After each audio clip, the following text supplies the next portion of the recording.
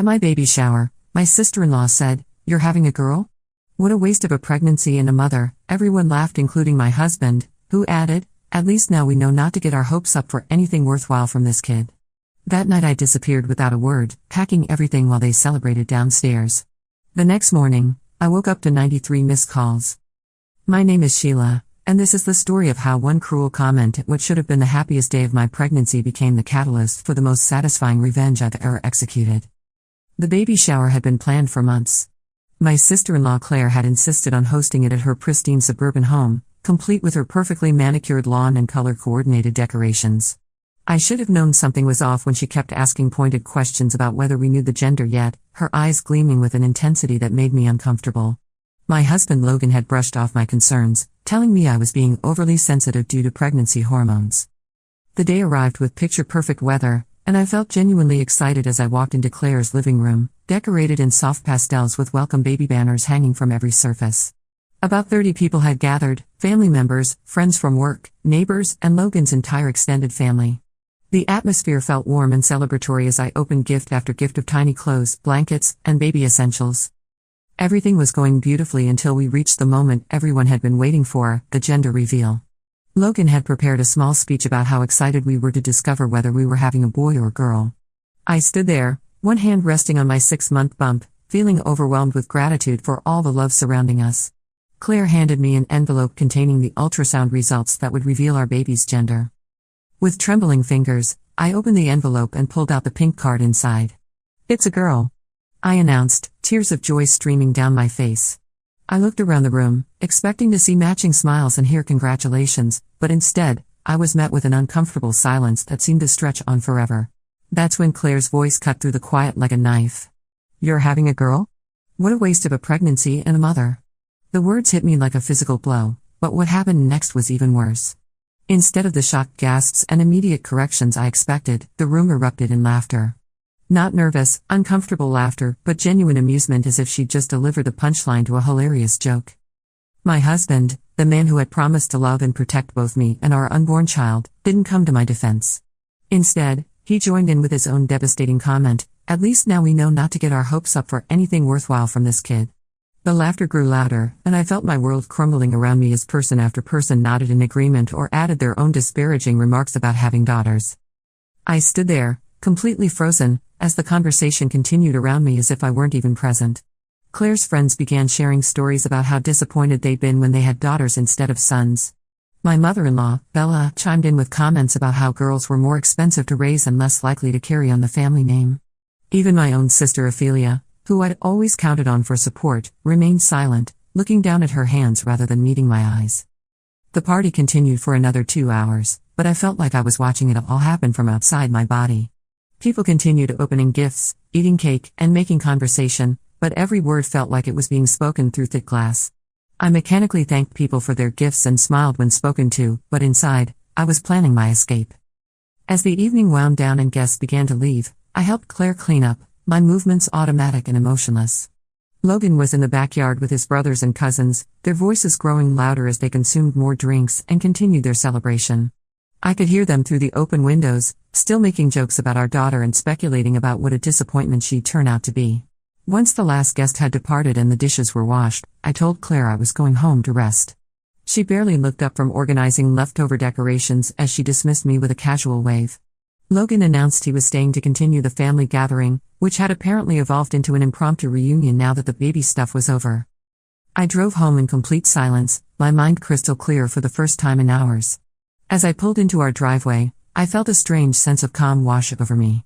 I knew exactly what I needed to do, and for the first time that day, I felt truly in control of the situation. The house felt eerily quiet as I walked through the front door. I stood in our living room for a moment, looking around at the life Logan and I had built together over the past 4 years. The family photos on the mantel, the furniture we'd chosen together, the little touches that made this place feel like home, it all suddenly felt like it belonged to someone else. I went upstairs to our bedroom and pulled out the largest suitcases I could find. With methodical precision, I began packing my most essential belongings. Clothes, important documents, jewelry, family heirlooms that had been passed down from my grandmother, everything that was truly mine and irreplaceable. I emptied my half of our joint savings account using the mobile banking app, transferring the funds to my personal account that I'd maintained since before our marriage. As I packed, I could hear Logan's voice drifting up from Claire's backyard next door, still laughing and carrying on with his family. The sound that had once brought me comfort now made my stomach turn. I realized that in 4 years of marriage, I'd never heard him defend me with the same passion he showed when discussing sports or work. I'd been so focused on being the perfect wife that I'd completely overlooked how little he actually valued me. By midnight, I had everything I needed loaded into my car. I left my wedding ring on the dresser along with a note that simply read, "I've gone somewhere I'll be appreciated. Don't follow me." I didn't explain where I was going or when I'd be back because honestly, I didn't know the answers to those questions myself. I drove through the night, stopping only for gas and restroom breaks, until I reached my college roommate Persephone's house in the city 4 hours away. I called her during one of my stops, and despite the late hour, she immediately invited me to stay as long as I needed. Persephone had always been fiercely independent and had never particularly liked Logan, though she'd been too polite to say so directly. When I arrived at her doorstep at dawn, exhausted and emotionally drained, she took one look at me and immediately pulled me into a tight hug. "Whatever happened, we'll figure it out together," she said without asking any questions. That simple statement of unconditional support made me cry harder than I had all night. I slept for nearly 12 hours, and when I finally woke up, my phone showed 93 missed calls and over 200 text messages. Logan had apparently returned home to find me gone and had been frantically trying to reach me ever since. The messages ranged from confused to angry to desperate, but notably, none of them included an apology for what had happened at the baby shower. Persephone made us coffee while I scrolled through the messages, and I filled her in on the events that had led me to her doorstep. Her expression grew darker with each detail I shared, and by the time I finished, she was practically vibrating with anger on my behalf. "You're not going back to him," she declared firmly.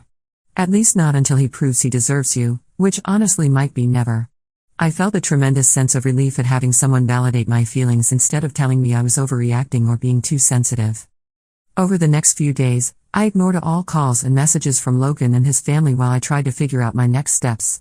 Persephone had a successful career in marketing and lived in a spacious apartment with a guest room that she insisted I could use indefinitely. She also introduced me to her lawyer friend, Araminta, who specialized in family law and was willing to consult with me about my options. Meanwhile, Logan's attempts to contact me were becoming increasingly frantic. He'd apparently reached out to every mutual friend and family member we had, trying to track me down. My sister Ophelia called to tell me that he'd shown up at her house demanding to know where I was. When she claimed not to know, he'd accused her of lying and created such a scene that her neighbors had threatened to call the police. After a week of radio silence, I finally decided to call him back. I waited until I felt completely calm and emotionally prepared for the conversation, knowing that this call would set the tone for everything that followed. "Sheila. Thank goodness, I've been worried sick about you." Logan's voice sounded genuinely relieved, but I could also detect an underlying note of irritation. "Where are you? I'll come get you right now." "I'm somewhere safe," I replied evenly. "And I'm not ready to tell you where that is yet." "What do you mean you're not ready? You're my wife. You can't just disappear without a word, especially when you're pregnant. This is completely irresponsible behavior." His immediate shift to accusation and blame confirmed that I'd made the right decision in leaving. "Logan, do you remember what happened at the baby shower?" There was a long pause before he answered. "Look, I know Claire was a little harsh, but you know how she gets when she's had a few drinks. You're taking this whole thing way too seriously." "A little harsh?" I repeated, my voice carefully controlled. "She called our daughter worthless, and you agreed with her. In front of 30 people. I didn't call her worthless. I was just going along with the joke. You know I don't really feel that way." "Do I know that, Logan?" "Because your immediate instinct was to join in mocking our child rather than defending her. That tells me everything I need to know about your priorities." The conversation continued for another 20 minutes, with Logan alternating between apologies, excuses, and demands that I come home immediately. He promised that things would be different, that he'd talk to Claire about her behavior, that he'd make it up to me somehow. But notably, he never acknowledged the depth of the hurt he'd caused or took full responsibility for his actions. When I finally hung up, I felt more convinced than ever that I needed to stay away until he truly understood the gravity of the situation. I also realized that I needed to start planning for the possibility that our marriage might not survive this betrayal. Over the following weeks, I threw myself into preparing for my new reality. I found a job with a marketing firm in the city, leveraging my previous experience and some connections Persephone had helped me make. The work was challenging and engaging, providing a welcome distraction from the drama back home. I also found an obstetrician who could take over my prenatal care and began attending a support group for expectant mothers. Meanwhile, the situation back home was apparently escalating in ways I hadn't anticipated. Through mutual friends, I learned that Logan had become increasingly erratic in his behavior. He'd been calling in sick to work frequently, showing up at random people's houses looking for me, and generally making everyone uncomfortable with his obsessive need to track me down. Claire, perhaps realizing that her comment had triggered this entire crisis, had been trying to convince everyone that I was having some sort of mental breakdown brought on by pregnancy hormones. She'd been telling people that I'd always been unstable and that Logan was better off without me. This information came to me through my sister Ophelia, who had finally found the courage to speak up in my defense after witnessing Claire's campaign to discredit me. The turning point came when I received a call from my former neighbor, Isadora, who lived across the street from Logan and me. She was calling to warn me that Logan had been asking people to spy on me if they heard from me, offering money for information about my whereabouts. More disturbing, she'd overheard him on a phone call with someone discussing hiring a private investigator to track me down. "Sheila, I don't know what happened between you two, but this behavior isn't normal," Isadora said, her voice filled with concern. "He's scaring people, and honestly, if I were you, I'd be scared too." That conversation prompted me to have a serious discussion with Araminta about obtaining a restraining order. While Logan hadn't made any direct threats, his escalating behavior and attempts to use others to track me down were concerning. Araminta advised me to document everything and be prepared to take legal action if his behavior continued to escalate. As my due date approached, I found myself feeling stronger and more confident than I had in years. The support system I'd built in my new city was incredible. Persephone had become like a sister to me, my coworkers had embraced me as part of their team, and I'd made genuine friendships with other women in my support group. For the first time, I was experiencing what it felt like to be truly valued and appreciated for who I was. I also discovered that I was capable of far more than I'd ever given myself credit for. Living independently, managing my own finances, and preparing for single motherhood had revealed strengths I didn't know I possessed. The woman who had stood frozen at that baby shower, absorbing insults without defending herself, felt like a completely different person. 3 weeks before my due date, I received an unexpected call from Bella, my mother-in-law. I almost didn't answer, but curiosity got the better of me. "Sheila, I need to speak with you," she said without preamble. "Logan doesn't know I'm calling." "What can I do for you, Bella?" "I owe you an apology. A big one." Her voice sounded strained, almost tearful. "I've been watching my son fall apart over the past few months, and I finally realized that we drove you away with our terrible behavior." I remained silent, waiting for her to continue. That day at the baby shower, I was ashamed of myself the moment the words left my mouth, but I was too cowardly to speak up. "I let my daughter say horrible things about your baby, and then I watched my son join in, and I said nothing. I've raised my children to believe that boys are more valuable than girls, and seeing the consequences of that has made me realize how wrong I've been." She went on to explain that Logan's erratic behavior had been getting worse, and that she'd finally confronted him about what had really happened at the baby shower. When he tried to minimize the incident, she'd spoken to other guests who confirmed that the treatment I'd received had been completely inappropriate. "Sheila, I know I don't deserve your forgiveness, but I need you to know that your daughter is wanted and loved, at least by me.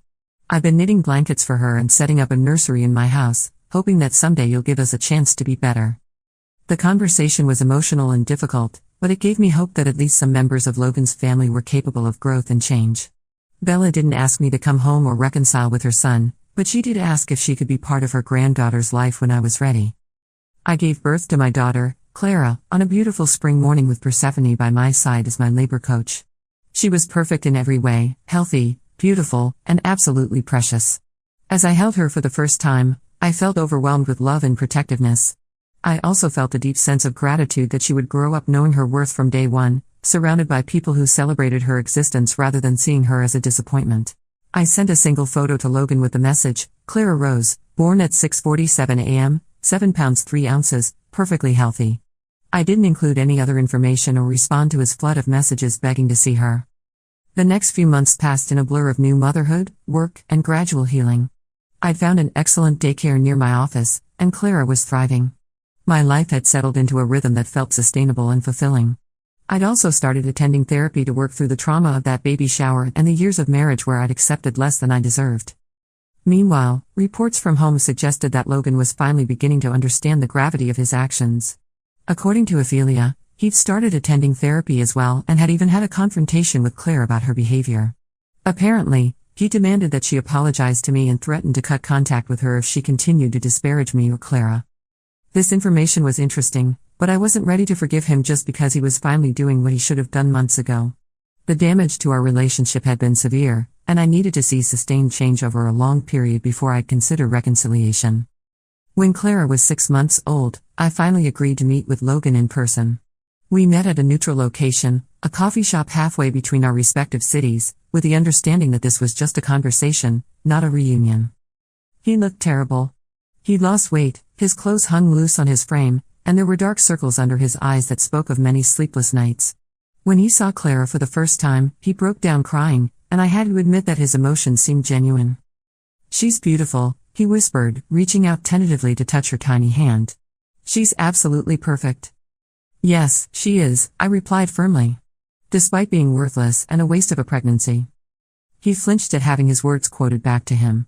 "Sheila, I know I can never take back what I said that day. I know I failed you and failed her in the worst possible way. I've been in therapy for months trying to understand how I became the kind of person who would say such horrible things about his own child." We talked for 2 hours, with him explaining the work he'd been doing in therapy and the changes he'd been making in his life. He'd cut contact with several family members who refused to acknowledge their behavior at the baby shower. He'd also been attending parenting classes and reading books about raising confident daughters, trying to educate himself about the damage that gendered expectations could cause. Most importantly, he'd finally stood up to his family in a way he'd never done before. When Claire had tried to justify her comments by saying she was just being honest about the challenges of raising girls, he told her that she was no longer welcome in his life until she could treat his wife and daughter with respect. The conversation was productive, but I made it clear that I wasn't ready to make any decisions about our future. I needed to see sustained change over time, not just promises and good intentions. I also needed to feel confident that he would protect Clara from any future family drama, even if it meant choosing her over his extended family. Over the following year, Logan proved his commitment to change through consistent action. He drove to our city twice a month to spend time with Clara, always respectful of my boundaries and never pressuring me for more than I was willing to give. He sent thoughtful gifts for both of us, not expensive things designed to win us back, but meaningful items that showed he'd been paying attention to our needs and interests. He also kept me informed about the ongoing situation with his family. Several members had offered genuine apologies and had been working to earn their way back into our lives. Others, including Claire, had remained defiant and had been permanently cut from his social circle. He'd even changed family lawyers and financial advisors to avoid continued contact with relatives who refused to acknowledge their wrongdoing. Most impressively, he'd begun volunteering with an organization that mentored young girls in STEM fields, working to combat exactly the kind of gender-based prejudice that had led to our separation. When I learned about this from a mutual friend rather than from him directly, I was struck by the fact that he was doing this work for its own sake, not as a way to impress me. The real test came when Clara turned 1 and we decided to have a small birthday party. I agreed to let Logan help plan it, but I insisted that only people who had consistently shown respect for both of us would be invited. This meant excluding several family members who had been at the original baby shower, including Claire. The party was everything the baby shower should have been, full of love, joy, and celebration of our daughter. Bella was there, having earned her way back into our lives through months of consistent respect and support. Ophelia came, bringing a heartfelt apology for her silence during the baby shower. Several of Logan's cousins attended, having individually reached out to me over the past year to apologize for their behavior and express their excitement about being part of Clara's life. Most importantly, Logan spent the entire party focused on making sure Clara felt celebrated and loved. He gave a speech about how proud he was to be her father and how excited he was to watch her grow into the amazing person he knew she would become. The contrast with his behavior at the baby shower was so stark that several guests commented on the positive changes they'd witnessed in him. As the party wound down and guests began to leave, Logan asked if he could speak with me privately. We stepped out onto the back porch while Persephone watched Clara, and he pulled a small box from his pocket. "This isn't what you think," he said quickly, seeing my expression. "It's not an engagement ring or a wedding ring. It's something else entirely." Inside the box was a beautiful necklace with a pendant that had been engraved with Clara's name and birth date. "I wanted to give you something that would remind you every day that you're the mother of the most wonderful little girl in the world," he explained. "I know I can't undo the damage I caused with my words that day, but I want to spend the rest of my life making sure both of you know how precious and valuable you are." The gesture was thoughtful and meaningful, But what impressed me most was that he didn't use it as an opportunity to pressure me about reconciliation.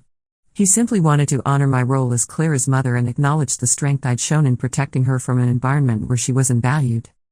That night, after everyone had gone home and Clara was asleep, I found myself really considering the possibility of rebuilding our relationship. The man who had failed me so completely at the baby shower had done the hard work of becoming someone worthy of my trust again. He'd proven through consistent action over many months that he was capable of putting our daughter's well-being above his own comfort or his family's expectations. But I also knew that forgiveness didn't mean forgetting, and reconciliation would need to happen on my terms.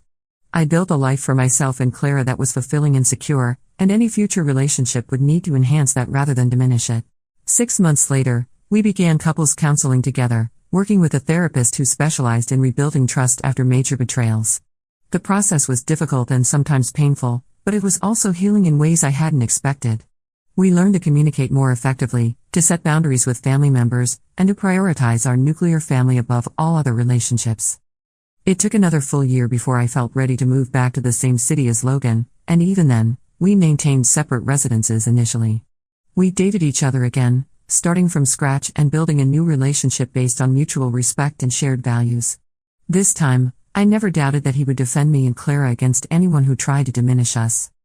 The real victory came 2 years after that devastating baby shower, when we decided to renew our wedding vows in a small ceremony surrounded only by people who had consistently supported our family. Clara, now a toddler, served as our flower girl, and the entire celebration was focused on our commitment to each other and to raising her in an environment where she would never question her worth. In my vows, I spoke about the importance of surrounding ourselves with people who celebrate rather than tolerate us. I talked about the strength I discovered in myself during our separation and my determination to model self-respect for our daughter. I also acknowledged the hard work Logan had done to become the partner and father we deserved. In his vows, Logan spoke directly to Clara as well as to me. He promised to spend his life proving that she was wanted, valued, and capable of achieving anything she set her mind to. He vowed to challenge anyone who tried to limit her potential based on her gender and to be the kind of father who lifted her up rather than tearing her down. Looking back now, I realize that the cruel comment at my baby shower, as devastating as it was in the moment, ultimately led to the most positive transformation of my life. It forced me to recognize my own worth and to demand better treatment from the people around me. It also gave Logan the wake-up call he needed to examine his own values and make fundamental changes in how he approached relationships. Most importantly, it ensured that Clara would grow up in a family that truly celebrated her existence. She would never have to wonder whether she was wanted or valued, because every adult in her life had proven their commitment to her well-being through their actions, not just their words. The relatives who had participated in mocking my pregnancy were no longer part of our lives, having chosen their prejudices over their relationships with us. Claire, in particular, had doubled down on her behavior and had been permanently excluded from all family gatherings. I occasionally heard through mutual connections that she was bitter about missing out on Clara's milestones, but she had made her choice and would have to live with the consequences. As I write this, Clara is now 4 years old, brilliant, confident, and absolutely secure in the knowledge that she is loved and valued exactly as she is.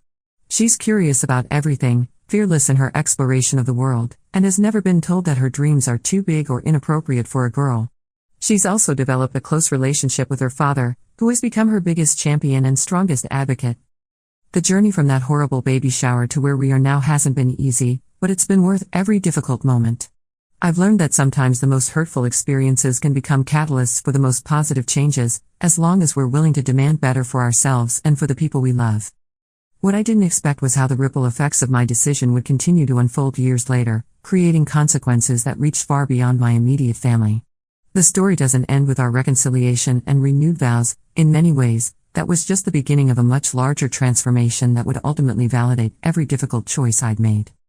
3 years after our vow renewal, when Clara was 5 years old, an unexpected opportunity arose that would test everything we'd built together. Persephone, who had become like a sister to me during my darkest period, was offered a major promotion that would require her to relocate across the country. She approached me with a business proposition that would change the trajectory of my entire career. "Sheila, I've been thinking about this for months," she said during one of our weekly coffee meetings. "You have incredible instincts for marketing and client relations, and I've watched you build something amazing here. What if we started our own consulting firm? I have the connections and startup capital, and you have the talent and drive. We could build something that puts families first while still achieving professional success." The idea was both terrifying and exhilarating. I'd grown comfortable in my current position, but I'd also felt increasingly constrained by corporate policies that didn't always align with my values. The thought of building something from the ground up, where I could create the kind of workplace culture I wanted Clara to see as normal, was incredibly appealing. Logan was initially hesitant about the financial risk involved in leaving my stable job, but when I explained my vision for the company, he became one of my biggest advocates.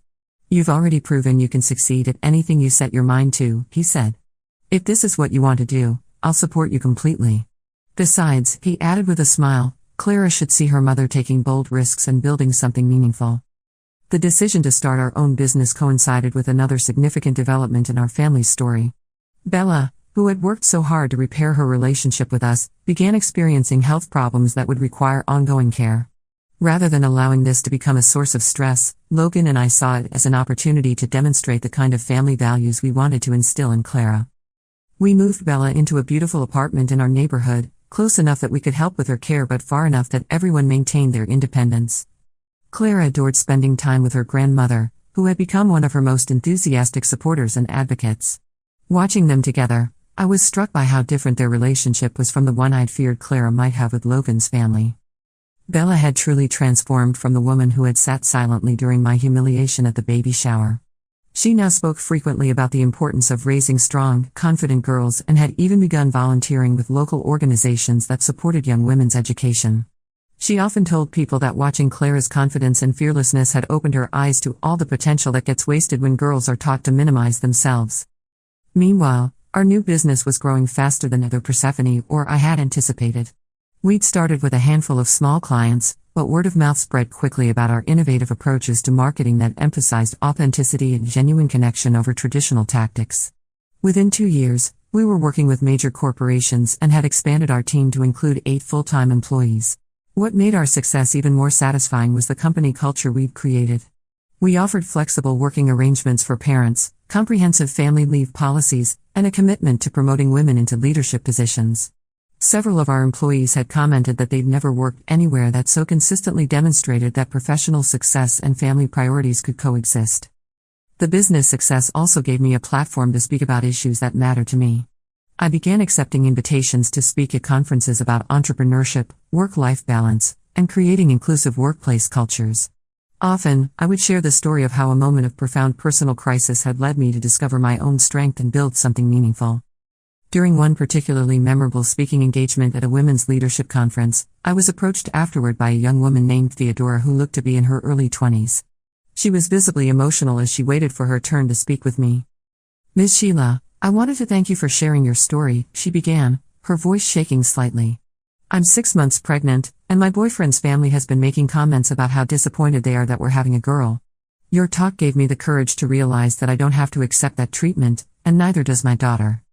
The conversation that followed was one of the most meaningful I'd ever had.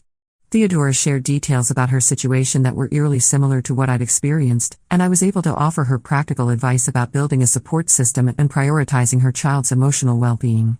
I also connected her with resources in her area and invited her to stay in touch as her situation developed. That encounter made me realize that my story had the potential to help other women who might be facing similar challenges. I began writing a blog about my experiences, focusing on the practical aspects of rebuilding your life after a major betrayal and the importance of surrounding yourself with people who celebrate rather than merely tolerate you. The blog gained traction quickly, attracting readers from all over the world who share their own stories of standing up to family members who had tried to diminish them or their children. The comment sections became supportive communities where women shared advice, resources, and encouragement with each other. One of the most surprising developments was hearing from other family members who had witnessed situations similar to my baby shower experience. I received emails from people who expressed regret about their own silence in the face of inappropriate behavior, and many of them had been inspired to speak up when they encountered similar situations. Even more gratifying were the messages from fathers who had read my story and recognized their own past behavior in Logan's initial response to his family's cruelty. Several men wrote to share how my story had motivated them to examine their own biases about gender and to become more active advocates for their daughters and wives. The most unexpected message came from a woman named Delphine, who identified herself as someone who had been at my baby shower. She wrote a long, heartfelt email explaining that she had been horrified by Claire's comment and the family's response, but had been too shocked and intimidated to speak up in the moment. "I've regretted my silence every day since then," she wrote. Your courage in leaving that night and building a better life for yourself and your daughter has inspired me to be braver in my own life. I've started speaking up when I witness inappropriate behavior, and I've had difficult conversations with family members about their own prejudices. I know it's too late to undo my failure that night, but I wanted you to know that your example has made me a better person. The email moved me to tears, not just because of the apology, but because it demonstrated how the effects of standing up for yourself can inspire others to do the same. I realized that my decision to leave that night hadn't just protected Clara and me, it had potentially influenced how many other people would handle similar situations in the future. Delphine's message also prompted me to reach out to her directly, and we ended up having a long phone conversation that provided closure I hadn't realized I needed. She shared details about the aftermath of my departure that I'd never heard before, painting a picture of the chaos and confusion that had followed my disappearance. "The moment you left, the energy in the room completely changed," she explained. People started looking around at each other like they were seeing the situation clearly for the first time. Some of the older relatives tried to minimize what had happened, saying you were being overly sensitive, but several of the younger family members started asking pointed questions about why everyone had thought it was okay to mock a pregnant woman and her unborn child.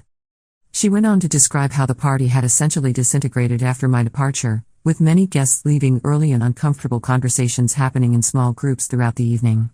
Apparently, Logan had initially tried to continue the celebration, insisting that I would get over it and return home later that night.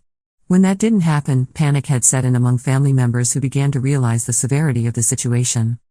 "Your sister Ophelia was the first one to really confront what had happened," Delphine continued. "She stood up in the middle of the remaining group and said that she was ashamed of her silence and that you had every right to leave. She told Logan that if he couldn't understand why you'd been hurt, then he didn't deserve to be a husband or father." This information about Ophelia's eventual defense of me was both validating and complicated. While I appreciated that she had finally found her voice, it still stung that she hadn't been able to speak up in the moment when I needed her support most. However, knowing that she had ultimately stood up for me helped explain why our relationship had been able to heal more completely than some others. Delphine also shared information about the various family members who had tried to contact me during those early weeks, describing their different approaches and motivations. Some had been genuinely concerned about my well-being and wanted to apologize, while others had been more focused on getting me to return so that family harmony could be restored without anyone having to examine their behavior. "The most telling moment," she said, "was when Claire suggested that someone should call your workplace to have you declared mentally unstable due to pregnancy complications. Several people immediately shut that down, but the fact that she even suggested it showed how little she understood about taking responsibility for her actions." Learning about this attempted manipulation made me grateful all over again for my decision to leave and establish my independence. The idea that Claire would have tried to sabotage my professional reputation to force me back into a situation where I could be controlled was deeply disturbing, but it also confirmed that I had been right to trust my instincts about the toxicity of that environment. The conversation with Delphine led to an unexpected friendship that enriched both of our lives. She had been dealing with her own family dynamics that involved subtle forms of discrimination and control, and our discussions helped her develop strategies for setting boundaries and demanding better treatment. In return, her perspective on the broader family dynamics helped me understand some of the systemic issues that had contributed to the toxic environment at the baby shower. This new friendship also provided Clara with another positive female role model who reinforced the messages we'd been teaching her about self-worth and standing up for herself.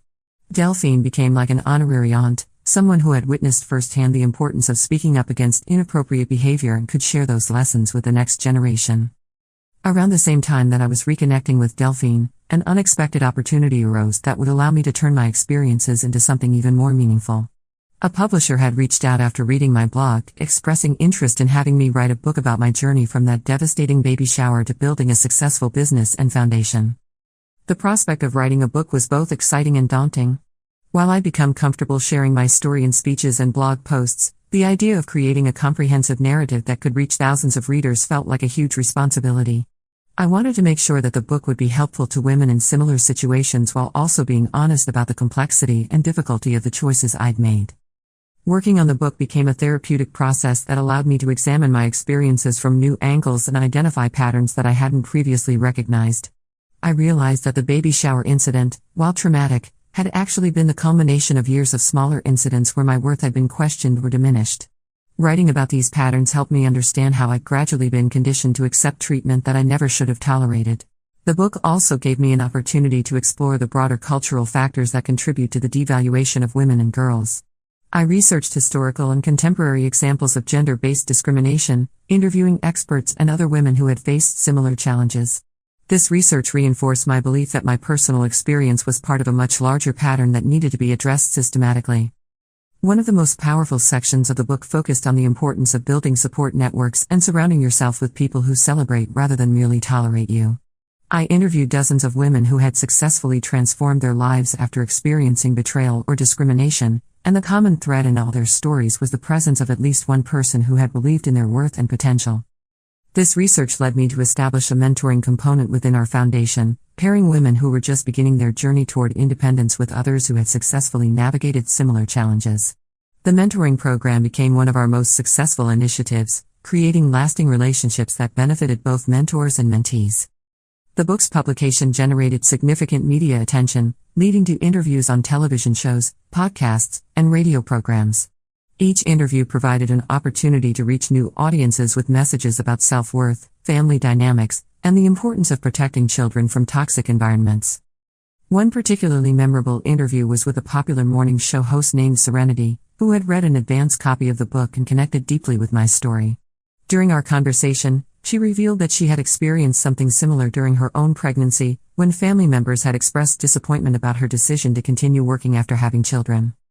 "Your book made me realize that I never fully processed how those comments affected me," she said during the interview. "I internalized a lot of guilt about my choices that I carried for years. Reading about your journey helped me understand that the problem wasn't with my decisions, it was with family members who thought they had the right to judge and diminish me." The interview sparked a broader conversation among the show's viewers, with hundreds of people calling in and writing emails to share their own experiences of family-based discrimination. The response was so overwhelming that the show decided to dedicate an entire week to discussions about toxic family dynamics and strategies for protecting yourself and your children from harmful influences. This media attention also led to speaking opportunities at universities, where I could address young women who were just beginning to navigate adult relationships and career decisions. These audiences were particularly receptive to messages about recognizing red flags in relationships and understanding that family love shouldn't come with conditions that require you to minimize yourself. During one university presentation, a student named Minerva asked a question that stayed with me long after the event ended: "How do you know when you're strong enough to stand up to family members who have been controlling your life since childhood?" My response focused on the idea that strength isn't something you either have or don't have, it's something you build gradually through small acts of self-advocacy and boundary setting. I encouraged her to start with low-stakes situations where she could practice asserting herself, gradually building the confidence and skills needed for more significant confrontations. After the presentation, Minerva approached me privately to share more details about her situation. She was dealing with parents who wanted to control everything from her college major to her career choices, constantly undermining her confidence and making her feel incapable of making good decisions independently. I connected Minerva with our foundation's mentoring program and continued to check in with her progress over the following months. Watching her gradually develop the confidence to make her own choices and set boundaries with her parents reinforced my belief in the importance of early intervention and support for young women facing these challenges. Around this time, we received news that would provide the final piece of vindication for the choices I'd made. Claire, who had remained defiant and bitter about being excluded from our lives, was facing consequences for her behavior that extended far beyond our family circle. Through mutual acquaintances, we learned that Claire's pattern of making cruel, discriminatory comments had finally caught up with her in her professional life.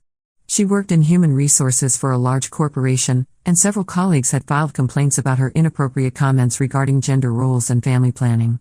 An investigation had revealed a pattern of behavior that violated company policies about creating inclusive workplace environments. The situation had escalated when Claire made disparaging comments about a colleague's decision to have a third child, suggesting that some people didn't know when to stop wasting resources on children who wouldn't contribute meaningfully to society. The colleague had recorded the conversation and filed a formal complaint that triggered a comprehensive review of Claire's conduct. During the investigation, other employees came forward with their own experiences of Claire's inappropriate behavior. The pattern that emerged painted a picture of someone who consistently made others feel uncomfortable and unwelcome based on their family choices, gender, or other personal characteristics. The company ultimately terminated Claire's employment and made it clear that her behavior had created liability issues that could have resulted in discrimination lawsuits. The termination was handled in a way that made it difficult for her to find similar employment elsewhere, as her professional reputation had been severely damaged. When I first heard about Claire's professional downfall, I felt a complex mix of emotions. Part of me felt satisfied that her cruel behavior had finally resulted in meaningful consequences. But I also felt a genuine sadness that she had never learned to change her ways and had instead continued down a path that ultimately led to her own destruction.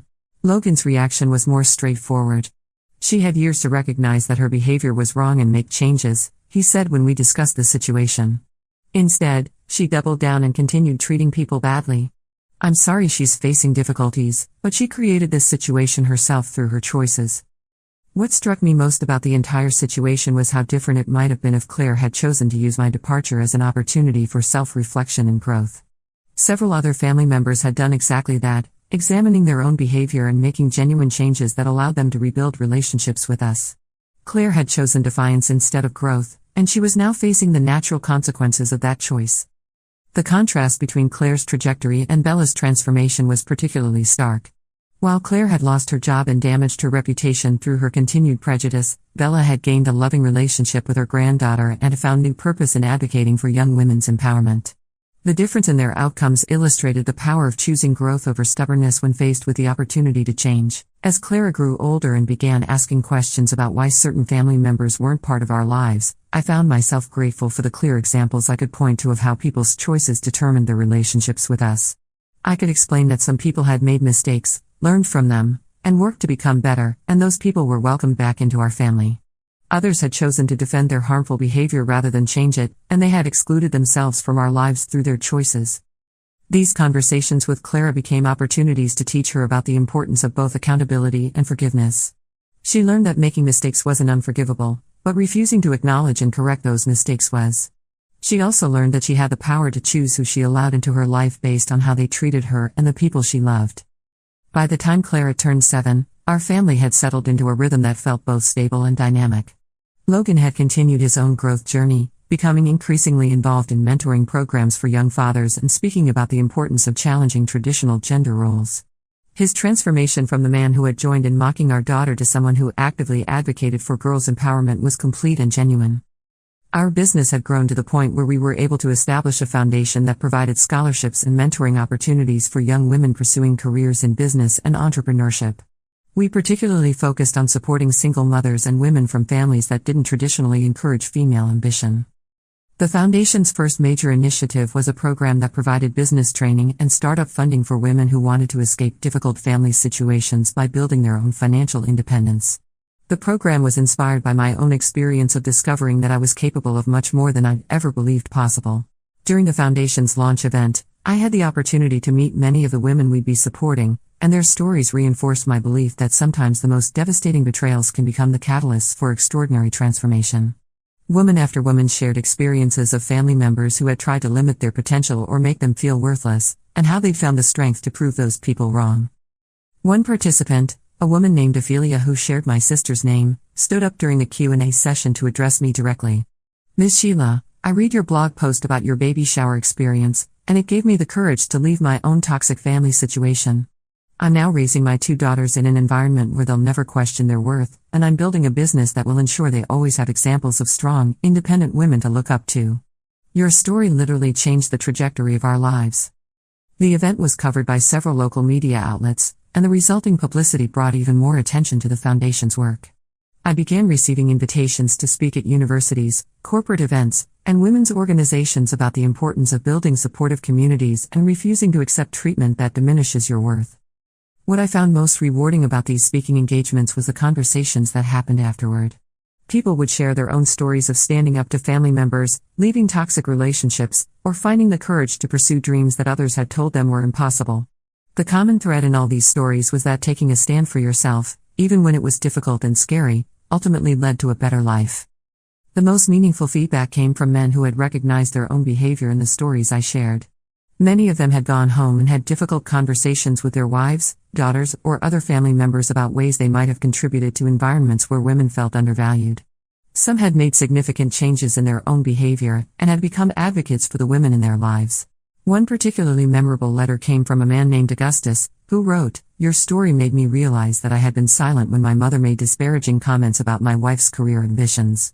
I thought I was staying neutral, but I now understand that my silence was actually a form of agreement. I've since had several difficult conversations with my mother about her behavior, and I've made it clear that disrespecting my wife means losing access to our family. Thank you for helping me understand that protecting the people you love sometimes requires making uncomfortable choices. These responses reinforce my belief that sharing difficult experiences can create positive change that extends far beyond your own situation. The baby shower that had been intended to humiliate me had inadvertently become the foundation for a movement that was helping other women recognize and demand their worth. As I reflect on the journey from that devastating evening to where we are now, I'm struck by how the most painful experiences can become the source of the most meaningful growth. The woman who stood frozen in Claire's living room, absorbing insults without defending herself, bears little resemblance to the person I've become. That experience taught me that I had the power to choose who I allowed into my life and what treatment I would accept. More importantly, it taught me that protecting my daughter sometimes meant making difficult decisions that prioritized her well-being over family harmony or social expectations. The temporary discomfort of standing up to inappropriate behavior was always preferable to the long-term damage of allowing her to grow up feeling unwanted or undervalued. I've also learned that true forgiveness doesn't mean accepting unacceptable behavior, but rather holding people accountable for change while remaining open to the possibility of reconciliation when that change is genuine and sustained. Some relationships can be rebuilt stronger than before, while others need to be permanently ended for everyone's well-being. Most importantly, I've learned that the revenge of living well is far more satisfying than any dramatic confrontation could ever be. Today, when I see Clara playing confidently with her friends, speaking up for herself when needed, and approaching the world with the assumption that she belongs wherever she chooses to be, I know that leaving that night was the right decision. She will never doubt her worth because I was willing to fight for it when she couldn't fight for herself. And sometimes, when I'm feeling particularly grateful for how everything turned out, I almost want to thank Claire for her cruel comment.